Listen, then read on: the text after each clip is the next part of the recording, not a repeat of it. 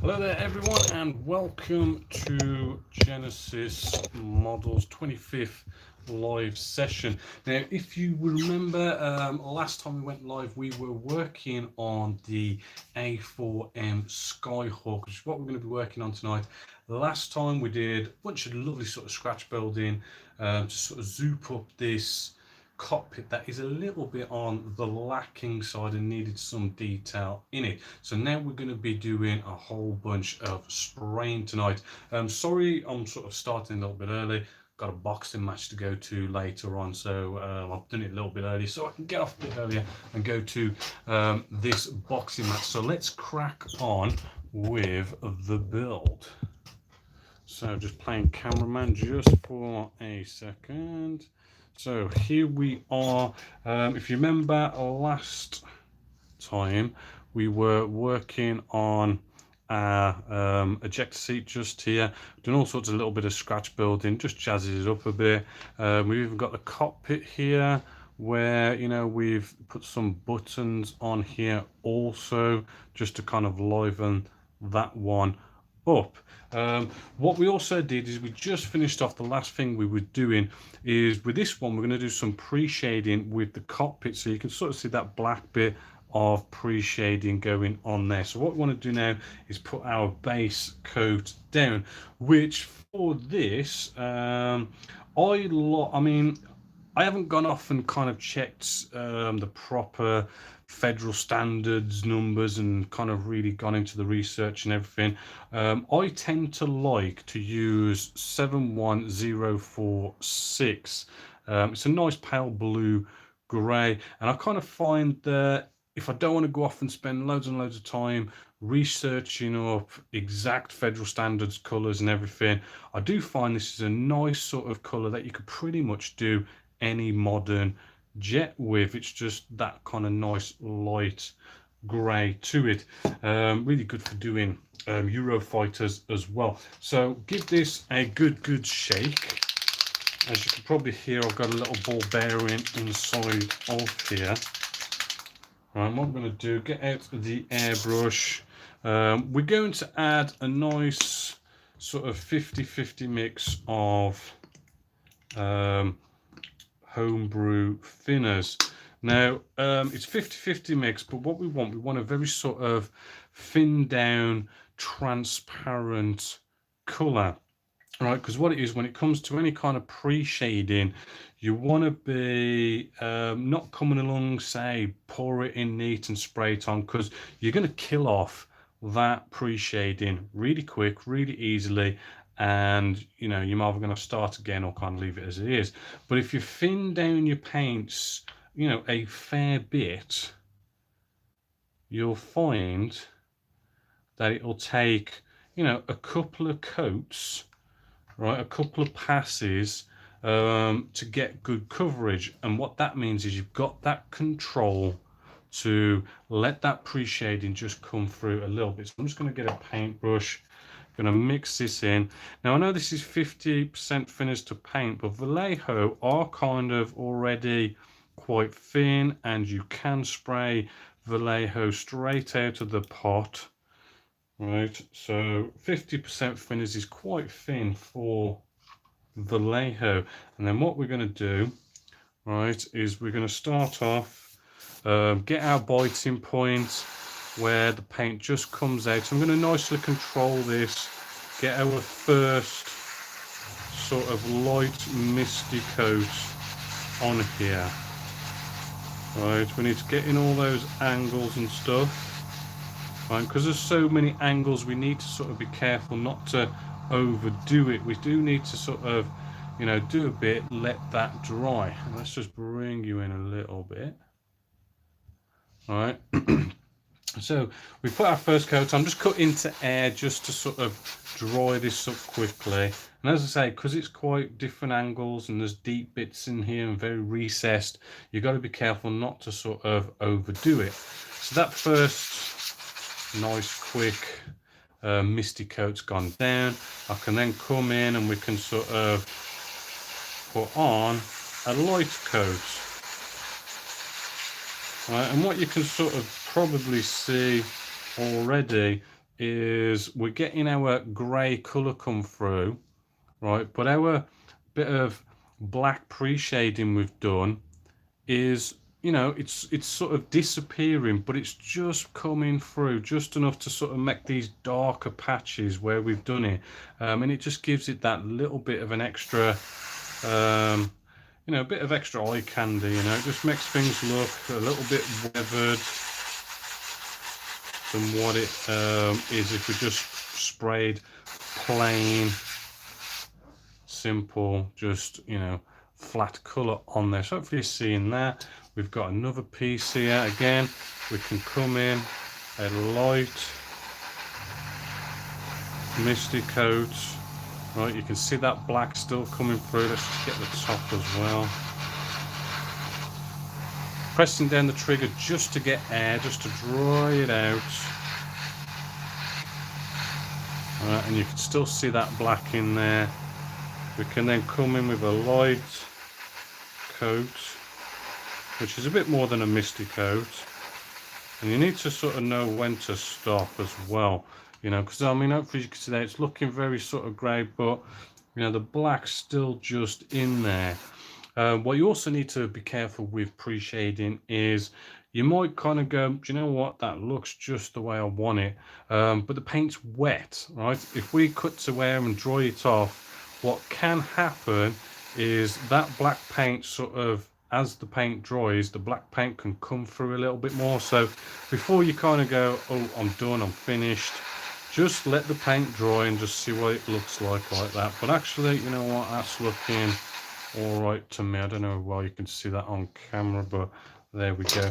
Don't forget all your other little bits. We've got instrument display panel just here. I'm just going to give that a quick bit of a going over it as well, and that's pretty much all our sort of little pieces there. So I just need to make sure we've got enough coverage on our little instrument display panel here. So while I'm doing this, you know, you guys feel free, you know, to get onto the chat, make any comments you want, questions, maybe there's something you're working on and you're having difficulty with it, you know, let me know and I can sort of hopefully answer your questions. All right, so that's looking good. Let that dry a bit. Just got a bit of polystyrene cut out here. Always good just to stab in and put that standing up out of the way. We've got our ejector seat just here. I've seen these grey or black. It kind of varies, you know, there's lots of different models out there, but like for this, I can see there's a little sort of, you know, hole sort of thing going on here. I can poke in a cocktail stick and that holds that hands-free for spraying. As you saw with our instrument display panel, bit of blue tack on the back saves us actually trying to hold it. Never a good idea to do that. We've got our joystick here. We've got all sorts of tools in modeling where we can sort of get out some locking tweezers, pretty cheap off eBay. Right, and we could probably just catch that there. That's ready to be sprayed black. Right, and then what I'm going to do, I mean, actually, while I've got all this paint in here, let's not waste it. I'm just going to quickly put a light misty coat on here and just prime up our ejector seat, actually, because that will not hurt at all while you've got paint in there. Help prime it up a little bit. Nothing too fancy, nice and quick. Same with our joystick. There we go. And then we're ready for a quick colour change. So there's basically our spraying, hopefully you can see. Checking comments, no comment yet. Come on you guys, you know, let me know if you've got any problems.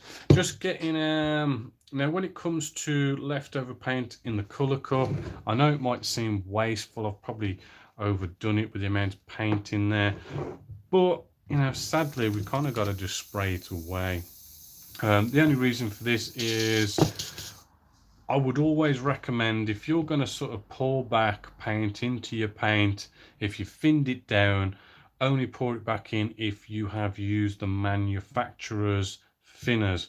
I've used my homebrew thinners, so I don't want to risk pouring it into, you know, back into the pot of paint, and it can sort of, you know, over time, you know, sometimes it can sort of mess up your pot of paint. So always stick with the manufacturer if you can. Just get out a kitchen paper towel.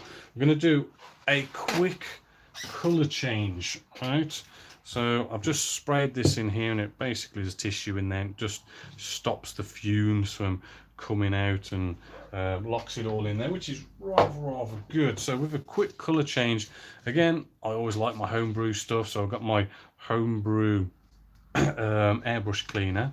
Right, I mean, all these tutorials on how to make it is on the Genessis Models website. What I'm going to do, poured some of that in there. I'm going to pinch the end, press down the trigger, pull back slowly until it starts to gurgle.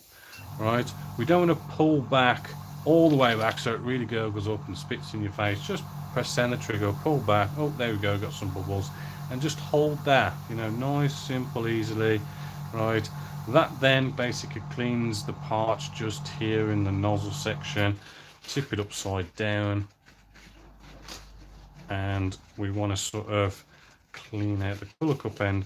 And what this does also is any bits that may have been gurgled up is going to come out the colour cup end.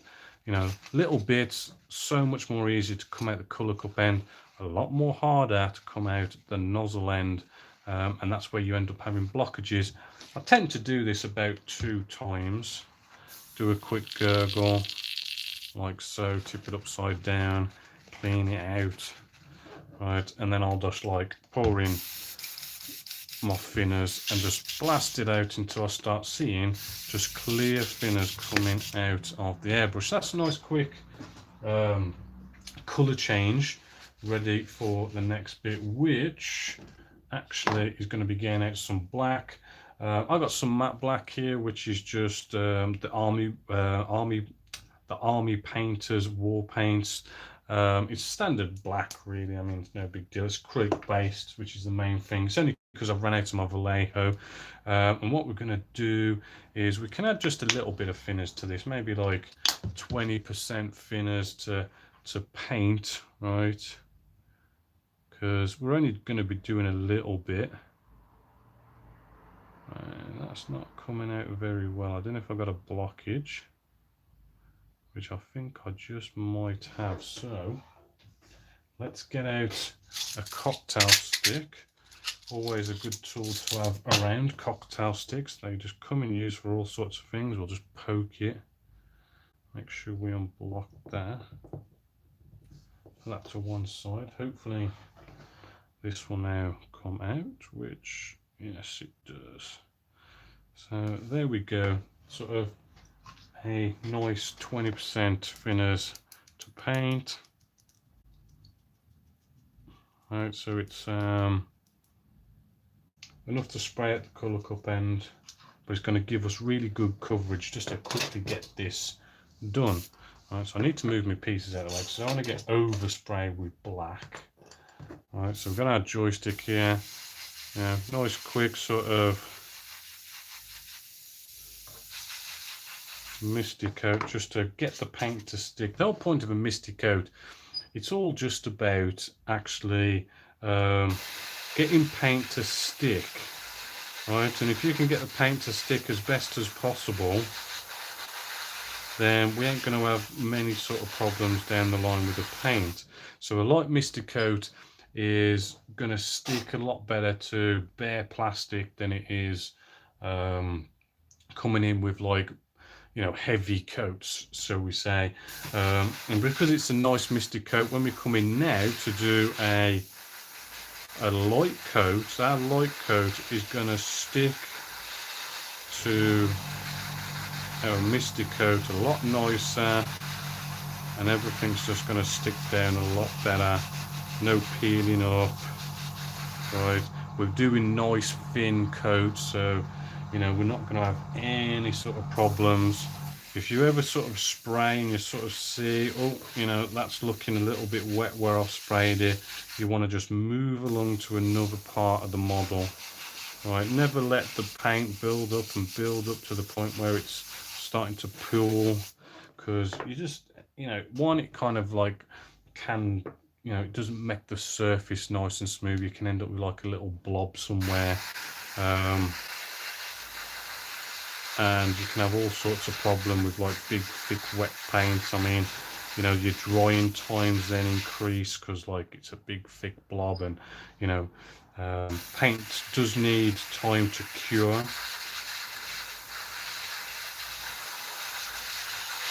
There we go, there's our ejector seat all sort of nice and black there. Cut into air. Let's dry this up. I should probably put that on my polystyrene there.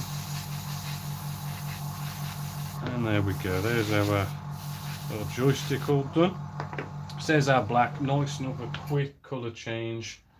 Again, I'm going to blast this into here.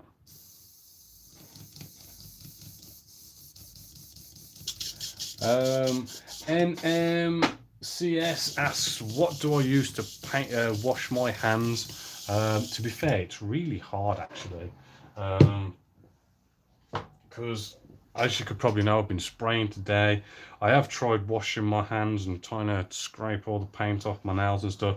It is a right pain actually, to get it all off. It's just, I don't know. I mean, I suppose you could go off and use the thinners and stuff, but then your hands get all thinners over them and that can like get all dried out and stuff. I just kind of just keep washing my hands, to be fair, until they come out clean.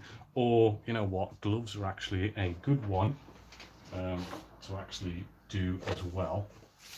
I do great. I personally like the black nylon gloves, right? The ones that ain't got the powder in there.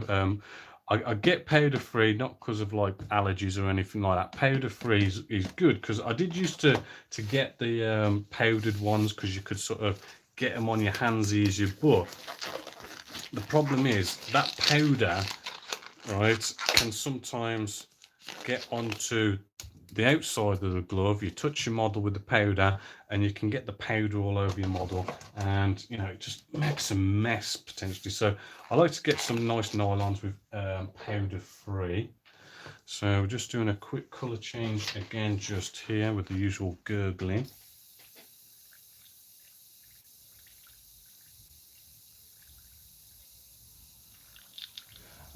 Got a question here from Mr. Silencer33 asking about his paint going down too dry.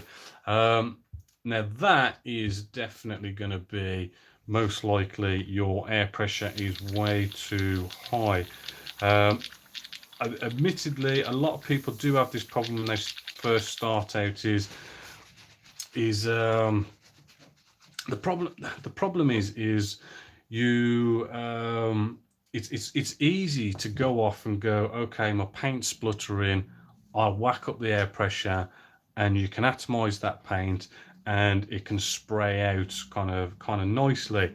Which the problem is with that, you can have one, the paint goes down, basically the paint literally is almost dry by time the paint reaches the model, and when that happens, the surface will start feeling rough, and if you got it really high and say you're spraying at sort of funny angles, and the overspray and everything can sort of really make it feel really rough.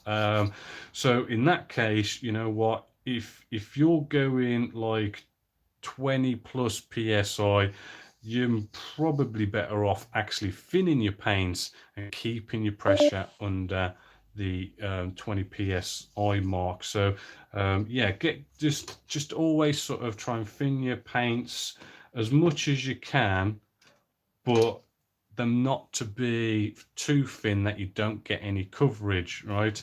Better to thin than to put the air pressure up, right? because if you go too thin, it just means you have to do more coats. If you go too high your air pressure, you're going to get a rough surface. Right, so let's just finish cleaning this off. And actually, as I said at the beginning, I've started this live session early because I've got to go out tonight, got a boxing match. My brother-in-law's fighting tonight. And that also means I've got to sort of end a little bit early as well. So hopefully we can get through all of this. Just checking any more questions. Oh, sounds like someone's doing an A-4AR, the Argentinian version. That's nice to see. Wouldn't mind seeing that, actually. I mean, if you go to Genessis Models website, we've got a forum, and on there you can post your final reveals, which is quite nice to look through some of you guys and what you guys have finished.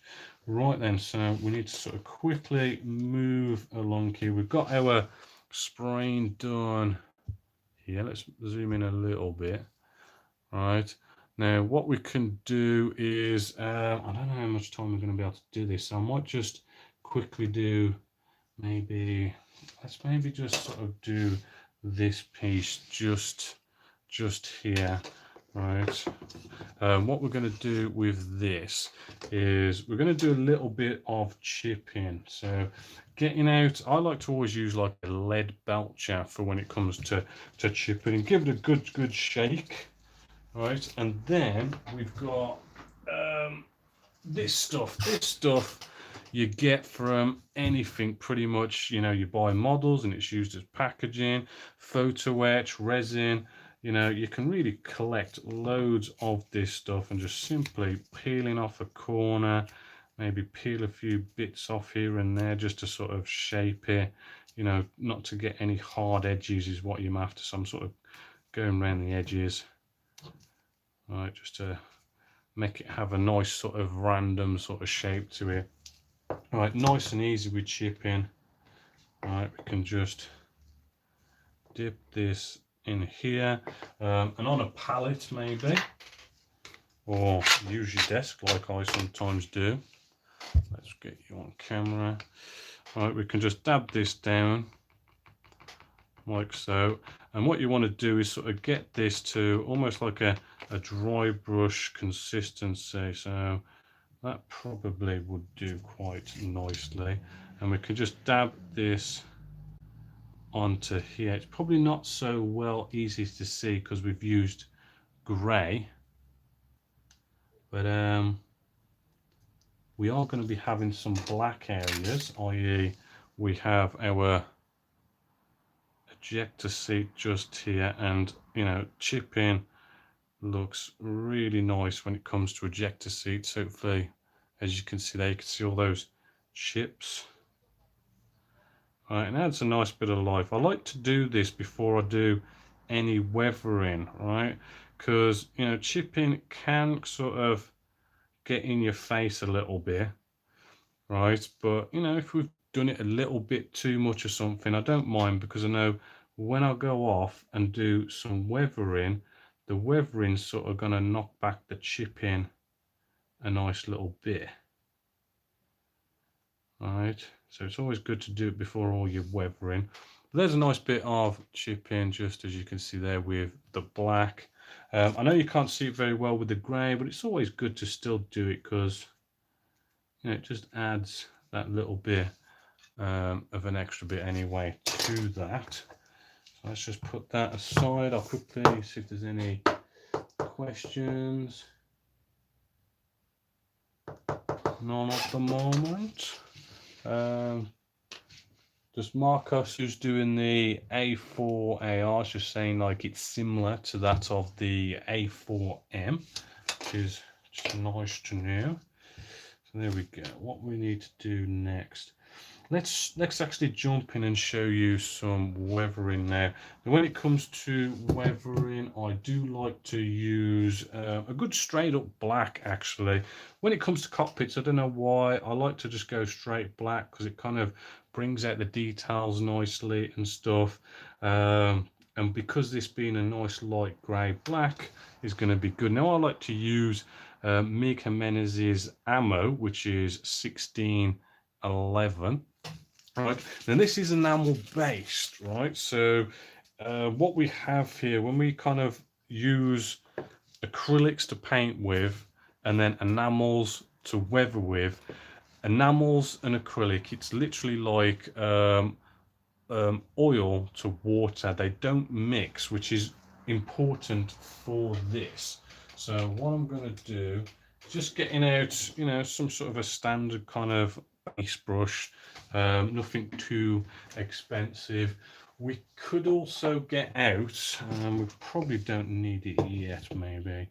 We'll see how this goes down. I mean, we just now sort of brush this on here, right? And we can just brush this all over, right? And hopefully, as you can see, what's going to happen is it nicely goes in all the recesses, so all that sort of lovely sort of checkered detail, it's going in there. Now it's looking very, very dark, right? But that's okay, right? Because there is another step to this. We just need to let that dry, and hopefully, because I mean, because we are live, we've got to sort of wait for this to dry. So maybe get out the airbrush a little bit. If you guys get any questions in, that'd be great. We don't have to see with enamels. What enamels does is they might seem a bit touch dry, you know, after so long, but they take an awful long time to cure. So because they take longer to dry than acrylics, we can play around with this, whereas with acrylic based paints, they dry really, really quick and you can't really play with them. Right, and I'll show you what I mean by playing with them in a little sec. Right, but hopefully this is drying all right, because really you should just sort of let it dry naturally, really. But we are live and I want to try and speed things up. So I'm just getting out some odorless thinners now. By ammo also, you kind of want to do, you do want to use what the manufacturers use, really. Don't go out and buy something cheap like spirits or something, because spirits, yeah, it's a bit too strong. It's always best to stick with the manufacturer because they've got it just to the right amount that you need to do the job that it's intended to do. So with that sort of dry, which is probably not the best time to do this, so hopefully I won't totally cock it off. But what we've got a bit of thinners on the end of our paintbrush. I'm just gonna sort of touch our kitchen paper towel just here so our brush isn't overloaded, right? Now because it's enamels, this should rehydrate the paint, right? So what looked to be rather dark when we first put it down, we can sort of clean it up a little bit now, just keeping a kitchen paper towel on standby. We can clean off our brush as we go along, dip into the odorless thinners, touch the paper so we're not totally overloaded, and hopefully, as you can see, we can sort of clean this up and sort of bring back that nice grey colour a little bit more. Right, so basically when sort of, I know at these higher points, we're kind of like cleaning them off, right? We're sort of leaving the paint in the recessed areas so it kind of shows off the detail, and we can play around with this as much as we like. Right, get it the way we want it, and hopefully as you can see that sort of nicely coming back down. It just gives it that nice bit of life, hopefully, as you can see just there. The one other thing we could do is when it comes to the ejector seat. The ejector seat is the same process, only what you don't want to be doing is using black, because it's not going to work. Black on black, you're not going to get any sort of weathering or bring out the detail. Right, so just here I have the panel line wash light grey. This is also by Amo Jimenez, and it's 1600. This stuff, you know, exactly the same. Let's get out a paintbrush. Let's lean off the one I did the black with. There we go, just cleaning it off. And then what we can do is, again, do you know what, this one, I think what I'm going to do, I'm going to actually do a little bit of mixing. Right, so I've put this on here. I mean, these panel line washes, they are quite thin already, but black's going to really sort of, this light grey is really going to show up on this black ejector seat. So I'm just going to add a bit of thinners to this mix to make it even thinner. Right, so hopefully when we paint this on, you can sort of see how already, you know, that bit there is just nicely going into all those recesses, which is what we want. It nicely flows. Right, but you know, remember, just like we did with our other colour there, let's get a little bit more paint here and mix it in. Just like we did with our other colour, we're going to let that dry, and we're going to come along and play with it until we get it just right. There we go, just get it all round. I mean, really, I'm probably tackling this a little bit too early, but we are live, because it probably would have been better if I kind of like, you know, painted all the seat belts and everything. And I think I've just noticed one of my seat belts just popped off. Yeah, just there. No biggie. Just put it one side, keep it safe. We'll glue that on again later. Right, but that's all nicely sort of covered. And as you can see, I mean, you know, it looks all right, but it just needs that last sort of stage where you clean it up and you get rid of, maybe, you know, we've got like little blobs just there, and we've got, you know, bits there, and maybe it's a bit too strong there. But yeah, you can just so nicely clean it up like we've done here. And there we go. That should look actually rather cool. I think sadly we are kind of coming to the end a bit tonight, a little bit sort of quick. I'll do this ready for next week, just kind of do that little clean up and everything. We'll probably tackle some painting as well. And then maybe start actually gluing this together, you know, tackling any fit issues. I think there was a bit of scribing to it as well, which we may see next week. Again, sorry for it being a bit of a short one. Let's pull you out. Sorry for it being a bit of a short one this week, but hopefully we can make it up for next week. Also, what's going on here at Genessis Models is we do have a new build starting. I did say in the beginning of this month I was going to build the B2 stealth bomber. Sadly, I'm not going to be building that. To cut a long story short, basically I really wanted to build it, said I was going to build it, I got it out, and I just cut up a few of the wings and stuff just to see how it was going to fit, because it was looking a bit awful. And when I actually put the wings together and tried to do some test fitting, the fit of it is absolutely disgusting, to be totally honest with you. The wings are all wavy, all the plastic's warped. Where they join up, there's like gaps, literally like that, massive gaps in it. And I just thought it is kind of like a bad kit, and I kind of didn't really fancy tackling it. So just to let you know, this is going to be the new kit we're going to kick off with, which is the Tempest Mark 5 Series 1 by Eddard 140 scale. So look out for this new build that's going to be starting. If you don't know, if you just watch the live stuff, basically on my website I do, like, you know, proper videoed, edited and everything, videos, step by steps, rapid video builds, tutorials, inbox reviews, and it's all on Genessis Models website. So that's going to be the new kit.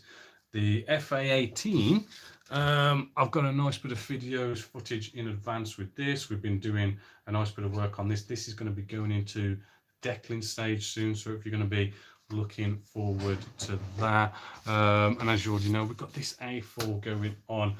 Again, sorry, you know, it's been a bit of a short one. I've got to go off to a boxing match now, so hopefully you have enjoyed this quick live session.